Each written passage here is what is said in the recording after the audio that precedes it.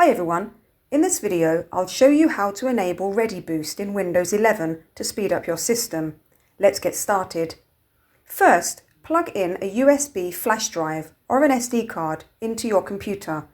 Make sure the device has at least 2 GB of free space, and ideally it should be USB 3.0 for better performance. Next, open File Explorer and locate the drive you just inserted. It should appear in the list of available drives. Right-click on the drive and select Properties from the context menu. This will open a new window with various options. Now go to the ReadyBoost tab. If your device is compatible, you'll see the option to use it for ReadyBoost. Select Use this device. You can now adjust how much space you want to allocate for ReadyBoost by dragging the slider. As mentioned earlier, using 2 GB or more is recommended for the best results. Once you're done, click Apply and then click OK to save the changes.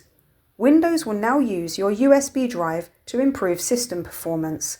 And that's it. If you found this video helpful, don't forget to like and subscribe for more tips and tutorials. Thanks for watching, and I'll see you in the next video.